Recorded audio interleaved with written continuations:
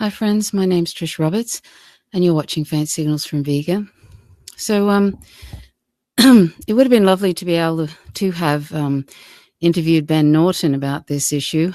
I might still be lucky. Ben's a very busy person, very busy journalist. He works for the Real News Network and also does some other projects.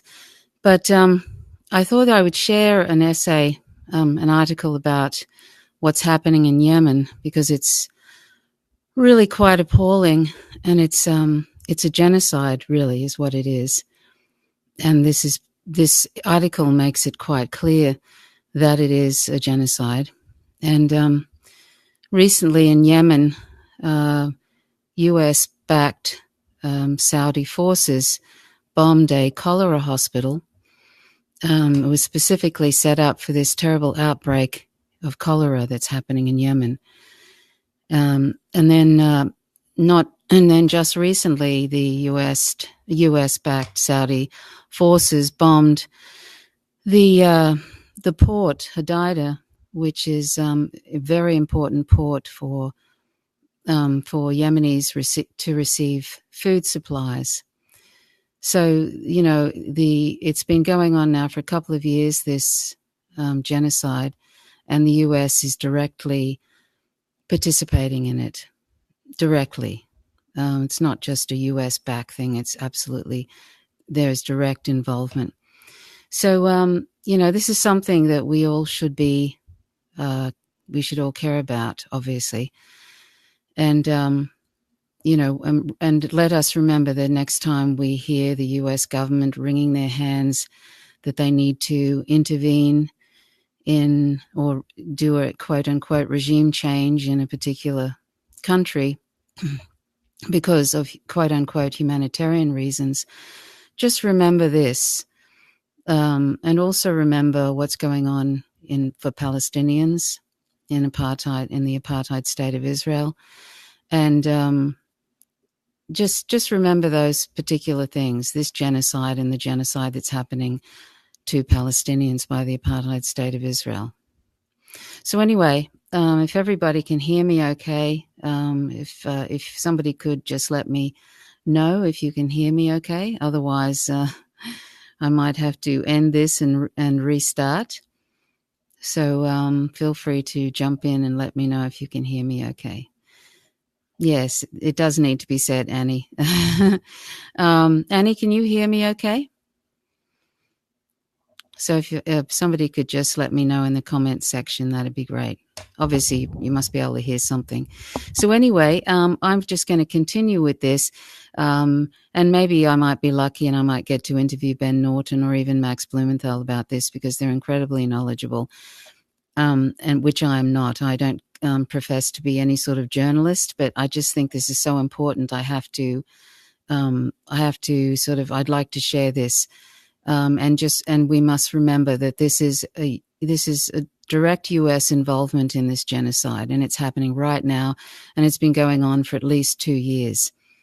Okay, so so it's there was a question somebody asked on Twitter the other day, and they said, if the US is advising and training soldiers, repairing and refueling aircraft, patrolling Yemeni waters alongside Saudi Arabia, and now fighting Yemenis on the ground, is it really just a Saudi Arabia's war on Yemen? And Ben Norton writes, quote, millions of Yemeni civilians are on the verge of starvation as a foreign military coalition is intensifying its war on the poorest country in the Middle East. 3 years of US-backed Saudi Emirati war have turned Yemen into the worst humanitarian catastrophe on earth. Every 10 minutes a child in Yemen dies from preventable causes. This is according to the United Nations Children's Fund, UNICEF, which has warned that there is, quote, a brutal war on children in Yemen, end quote, and that the war could soon accelerate. Military forces led by Saudi Arabia and the United Arab Emirates and backed by the United States and the United Kingdom, are preparing assault on the major Yemeni port of Hodeidah, city of Hodeidah. Hodeidah is under the control of the Yemeni rebel group Ansarullah, also known as the Houthis. Now, I'll just pause here, and this was published a few days ago by Mint Press News, and that's Ben Norton's quote so far. But I'm going to, and he obviously said this before the Hodeidah port was attacked just recently. So this is a little bit behind the times. So anyway, it says, Ben goes on to say, American and British-backed Saudi and Emirati forces are planning to besiege the port city of Hodeidah to try to force out the Houthis. But Hodeidah is also the entry point of 70% of aid shipments into Yemen. This humanitarian aid keeps millions of Yemenis alive. And if aid shipments are disrupted, which an attack on Hodeidah would virtually guarantee, it could lead to a mass famine. Well, that's actually happened now. They have attacked the port of Hodeidah. I mean, it's just unbelievable. It's just, I don't know. I'm lost for words sometimes when I hear about this sort of thing. And Ben goes on to say, a staggering 8.4 million Yemenis are already on the verge of starvation. And in late May, the United Nations Emergency Relief Coordinator warned that another 10 million Yemenis could be pushed into starvation by the end of this year. That means that 18.4 million Yemenis are potentially on the brink of starvation. And yet the war is continuing. The Wall Street Journal reported on June 3rd that the Trump administration is considering more direct military intervention in Yemen to help Saudi Arabia and the UAE conquer Hodeidah. But you could really say the US is actually considering more military intervention so they can help Saudi Arabia complete this genocide. Because without the US's help, they're actually fueling planes, there's troops on the ground, all sorts of things, without actually in the back of the planes helping Saudi pilots. I mean, without their help, this would probably not be completed successfully. So anyway, I'll share this from Mint Press News. Is the Saudi war against Yemen a genocide? And anyway, it's amazing, isn't it? The mainstream media, you won't really hear, if you hear anything at all from the mainstream media about this, it's just propaganda. They make up stories as usual, backing U.S. empire. They're just stenographers now, the Fourth Estate, except for some independent journalists. But anyway, so, unfortunately, it'll take all of us to spread this information. And I don't know, there seems to be great resistance on the US government's part to, do anything. Obviously, they're participating in it. Anyway, I'll share this from Mint Press News by Randy Nord, who's a journalist and co-founder of Geopolitics Alert. She covers US foreign policy in the Middle East with the special focus on Yemen. So I'll just share part of it. Riyadh has a history of bribing the UN that's Saudi Arabia, has a history of bribing the UN to stop independent inquiries, keep itself off child maiming blacklists, and avoid charges in the ICC. Here is a detailed look at the US-backed Saudi war against this tiny impoverished country to determine what's happening in Yemen, if what's happening in Yemen is a genocide.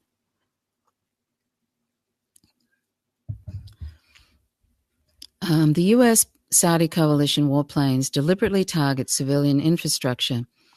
They arbitrarily attack homes, farms, factories, schools, buses, gas stations, government buildings, water treatment facilities, and anything else imaginable. It seems their goal is to create as many civilian casualties as possible. Over the past 3+ years, US-backed Saudi airstrikes have produced over 35,000 civilian casualties, over 13,000 killed and over 21,000 injured, many of which are women and children. This figure, recorded by a Yemeni monitoring group, the Legal Center for Rights and Development, only includes stats from the 1,000-day mark of the war in December of 2017. Countless others have lost their lives since then. So as you can see, before 2017, it was going on for probably about 3 years. I think that's correct. It's difficult to summarize some of the most notable attacks due to the sheer number, but here are a few. A recent airstrike attack on a wedding producing over 88 casualties, an attack on a funeral in 2016 killing over 150 and injuring over 500, a previous attack on a wedding in 2015 killing over 130 and wounding hundreds more, air raids on a refugee camp killing a handful of children and babies, countless attacks on homes killing families of 10 to 20, countless attacks on markets filled with patrons. Those are just a handful of the worst attacks I could come up with off the top of my head, but there are several more. Not to mention, the Saudi coalition has also made a habit of performing double-tap airstrikes. After the first set of airstrikes, the warplanes returned to target ambulance crews, rescuers, and media personnel entering the scene. Although we can't read minds, the Saudi coalition would never admit this. It's very clear that their goal isn't to kill resistance fighters. Riyadh's goal is to kill Yemenis simply for being Yemeni. This would indicate that what's happening in Yemen is a genocide. Famine and disease isn't just an unintentional byproduct of the blockade. It's a weapon of war. Saudi Arabia imposed its blockade over Yemen shortly after revolutionary forces took control of the country's capital, Sana'a, in 2015. And by the way, you probably, if you saw that image I showed in the beginning, that's Sana'a. It's very, very beautiful. It was until they bombed it. This land, air, and sea blockade severely restricts imports, exports, and the flow of movement.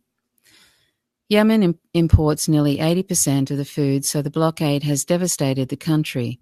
Over 2/3 of the population face famine or food insecurity. Riyadh and Abu Dhabi are the gatekeepers of anything entering or leaving the country, including people. This embargo, combined with a shortage of medical and sanitation equipment, eventually triggered a cholera epidemic. And as I mentioned, they've just recently bombed the Doctors Without Borders cholera hospital. They completely destroyed the hospital. So from April 2017 until the end of the year, over 1 million people became infected with this very preventable, very treatable, and very fatal disease. Thousands died because they were not able to receive medical care in time. This created the largest cholera outbreak in the world. The blockade also limits government salaries for public employees. In Yemen, doctors, nurses, sanitation workers, teachers, engineers, and several other vital positions qualify as public employees. Many have sought work from the private sector jobs due to the embargo. Although the outbreak has slowed down, Yemen now prepares to enter its rainy season, so local health officials expect the epidemic to pick up again. To top it off, hundreds reported diphtheria symptoms or diagnosis, another preventable yet fatal illness. Again, Riyadh's airstrike targets seem to prove that these epidemics are in fact a weapon of war. It's common for the Saudi coalition to target water treatment facilities and hospitals, even at the height of the cholera outbreak. Last summer, also at the height of the cholera epidemic, Saudi Arabia refused to allow fuel into Yemen to power water pumps. The airstrike targets and blockade provide evidence that the Saudi-led coalition intends to cause Yemeni civilians psychological harm. Sometimes drones and warplanes will simply hover over civilian neighborhoods without dropping bombs, just to create a heightened state of fear. Homes are frequent airstrike targets, likely designed to instill fear and deteriorate the mental state of civilians.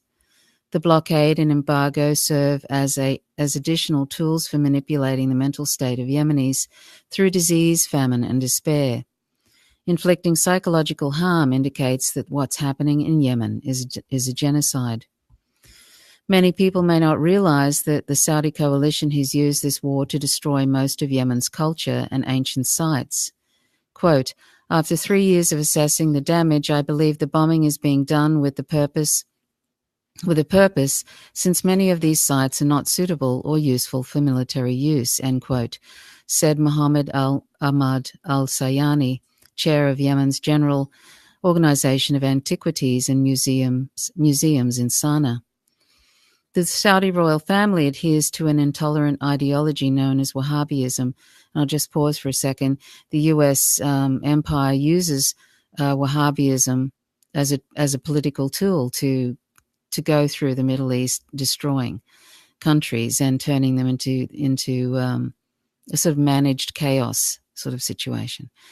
Anyway, they force this ideology onto their civilian population as well as and punish anyone, sometimes with death, who does not follow the specific sect of Islam. Jews and Christians are not allowed to have places of worship inside the kingdom, while Jews can't even enter the country. Yemen, on the other hand, is historically pluralist. And just remember that Saudi Arabia, by the way, is, one of the US empire's biggest allies, along with Israel. And what does that say? You've got a head-chopping monarchy that's genocidal, and you have Israel, an apartheid state that is also genocidal. And these are the US's biggest allies, which the US refused to it's very rare. You'll never hear them criticize Saudi Arabia. And there may be one or two that might criticize Israel and yet probably still take money from AIPAC and speak out of both sides of their mouth. Most, it's sort of, that's the way it is. But anyway, you could almost call these three, the US empire, Saudi Arabia, and Israel, they like to call everybody else the axis of evil, but really in some ways they are the axis of evil, aren't they? That's what it seems like to me anyway. So Yemen, it says Yemen, on the other hand, is historically pluralist. Multiple sects live side by side in peace. Although Saudi Arabia uses tactics to create sectarianism in Yemen, the populace remains more unified than ever. It's important to point this religious aspect known as takfirism, I hope I pronounced that correctly, out before mentioning that Saudi warplanes frequently target mosques and cemeteries. They punish all non-Wahhabis at home. Why wouldn't they punish abroad? Besides mosques, Saudi airstrikes have also destroyed many of Yemen's prized archaeological sites. Yemen is one of the oldest centers of civilization. People have inhabited cities like Sana'a for thousands of years. As a result, Yemen is home to several incredible ancient sites. Quote, the Saudis were given information on important cultural heritage sites, including exact coordinates by UNESCO, said archaeologist Sarah Japp of Berlin's German Archaeological Institute. And by the way, that Doctors Without Borders hospital for cholera, which was recently bombed, was clearly marked. They had a clear mark on the roof of that particular hospital. So in 2015, Saudi jets damaged the historic Marib Dam, the construction of which dates back to the 8th century BCE. Its walls contain scripture detailing ancient laws and customs, and this site as a whole is specifically mentioned in the Quran. It's that old. Saudi warplanes also destroyed the regional museum of Dhamma, along with thousands of ancient artifacts from the 280 CE Himyarite kingdom inside. Additional archaeological targets include Aden's medieval Sira fortress, along with over 60 other key historical sites. Quote, the strange thing is that the rate of fetal abnormalities is growing and doctors cannot explain the causes, meaning that the phenomenon could be attributed to war and ordinances, given the fact that a great proportion of women with deformed fetuses hailed from bombarded areas in the province of Sadr, Sana'a, Taiz, and Hudaydah. End quote. Yemeni doctor Abdul Karim al-Najjar said. And I'd hazard a guess that those bombs they're dropping are possibly depleted uranium. I don't know, but I mean, that's what's happening in Iraq with all the depleted uranium bombs that have been dropped there. The level of the stats for abnormalities in children, deformed children, is very, very high. Somebody said there was, I don't know if this is true, 90% of, but I don't know. That's in Iraq. Anyway, that sounds very high, but anyway, there's a very widespread deformities in Iraq because of US dropped depleted uranium bombs. So that could be happening in Yemen. I don't know. I don't know what kind of bombs they're using. Anyway, the blockade also makes adequate medical care difficult to come by, and pregnant women are the most vulnerable. This certainly can't be a coincidence. Disease and famine have dire effects on developing fetuses. Preventing healthy births suggests that Saudi Arabia's war against Yemen is a genocide.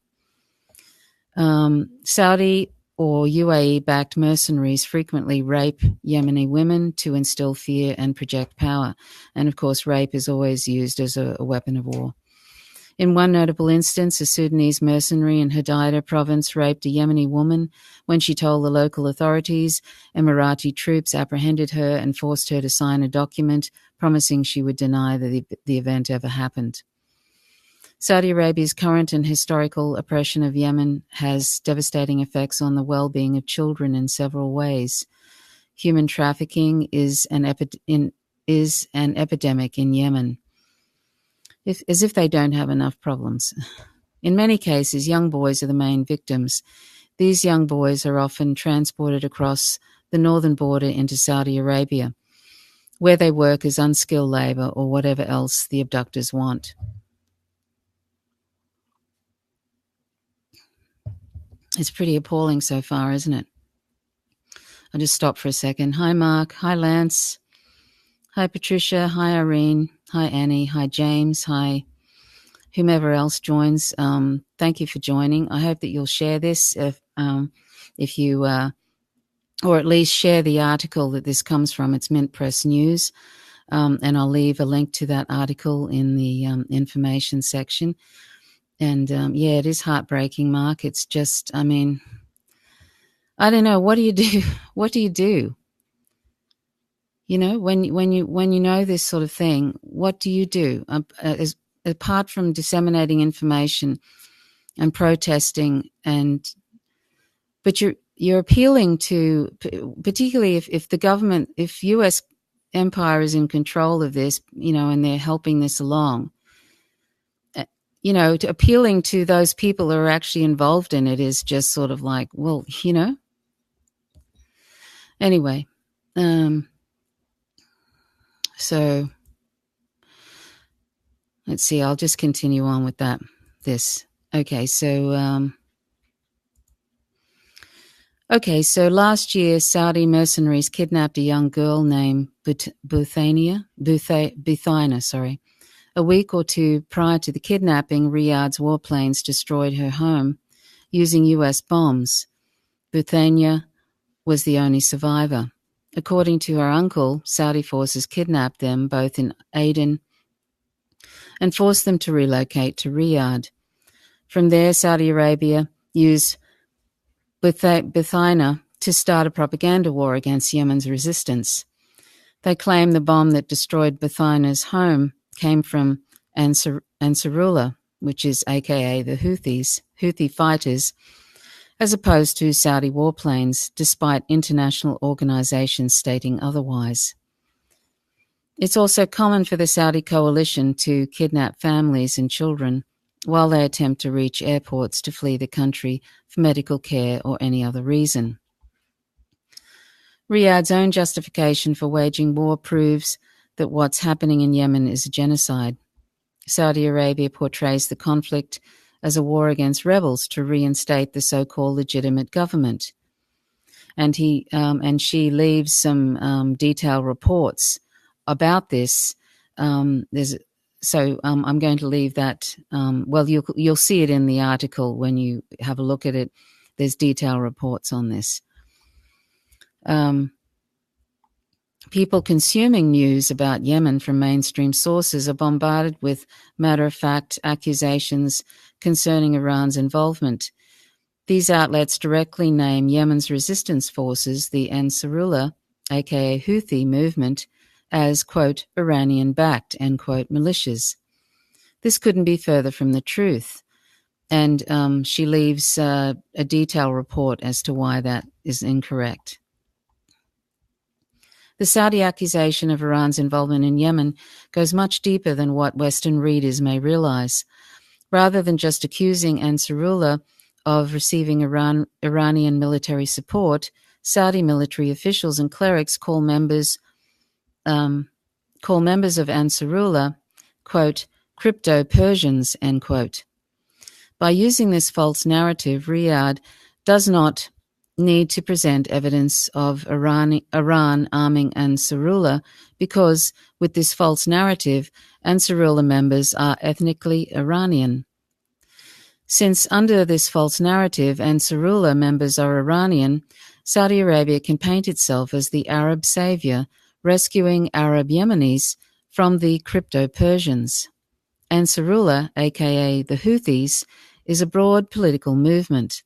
Contrary to what the mainstream media says with terms such as Shiite militias, this movement contains several Islamic sects and political groups united under one banner of resistance to foreign interference. However, if we use the official Saudi narrative about crypto-Persians, then what's happening in Yemen is genocide against Persians. But members of Ansarullah aren't Persian. Not to mention, members of Ansarullah aren't the only victims of Saudi aggression. Far from it. No, this is a Saudi war against Yemenis. For over the past 3 years, Saudi Arabia and their coalition have deliberately killed, starved, raped, inflicted physical and psychological torture, and forced disease upon Yemeni civilians. Why? Simply for being Yemeni. Riyadh's US-backed airstrikes and blockade do not discriminate against religious, sects, or political leanings. What's happening in Yemen is a genocide. Anyway, that was that's the end of that particular article. So I just thought it was important to share this in case you haven't been following this issue, and I don't know really what the answer to this is, except disseminating information and hoping that people act on it and sort of create a stir about it. And, I mean, it's happening right now, this genocide, and now it's going to escalate because of this bombing of the only port really where they get food supplies. And there's already a famine. You've probably seen these dreadful images of children just absolutely bare bones and dying of famine, and also now, of course, cholera, which was entirely preventable. So, this is happening right now with full US support. And, it's just unbelievable. And in my own country, Australia, you'll be hard-pressed to have anybody from any of the parties speaking about it, and that includes the so-called left parties. I don't know what's wrong with my country. It's just such a US lackey. Australia is just such a US lackey at this point. It's just appalling and disgusting, and I'm ashamed of it. The government is just appalling. And people, there is no fourth estate to speak of in Australia either. It's worse off than the United States in many ways because it doesn't really have much in the way of independent journalists. And if there's a few, and when there's a few, they really don't see the light of day. Our public broadcaster, the ABC, has just become a mouthpiece for US empire propaganda. That's what I see anyway. And any of these programs, there was a couple of programs, Four Corners, that used to be edgy once, not anymore.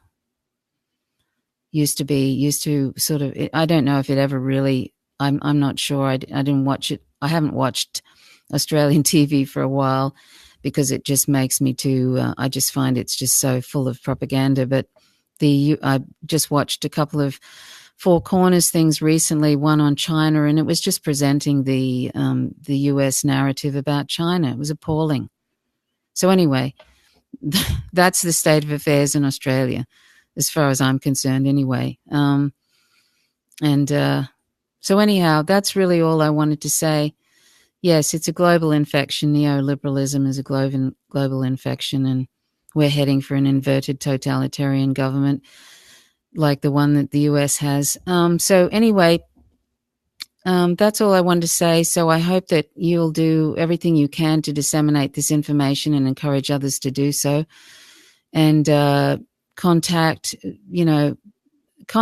Congress members and register strong rejection of this. And I don't know, create protests, whatever you can do to highlight this, because it's just outrageous and it's going on unabated.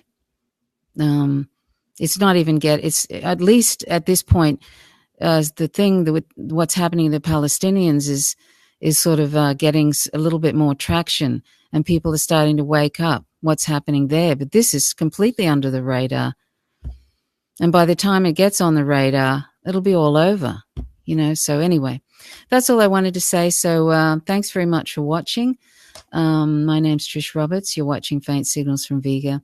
You can find me on YouTube at Vegantrove, VEGANTROVE. That's the YouTube channel.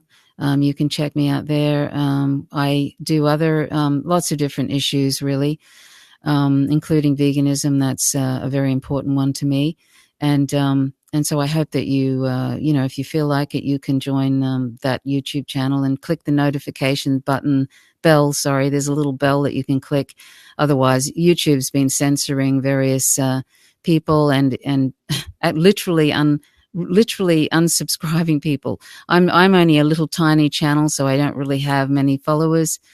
But some of the larger ones, like that are doing left stuff about Yemen or about whatever, anything that's counter to the US mainstream corporate media narrative, it's getting heavily censored. But anyway, so if you want to join my YouTube channel, it's just at Vegantrove, and just click the little bell for the notifications. Okay, so I'm going to stop talking now. So thanks very much for watching.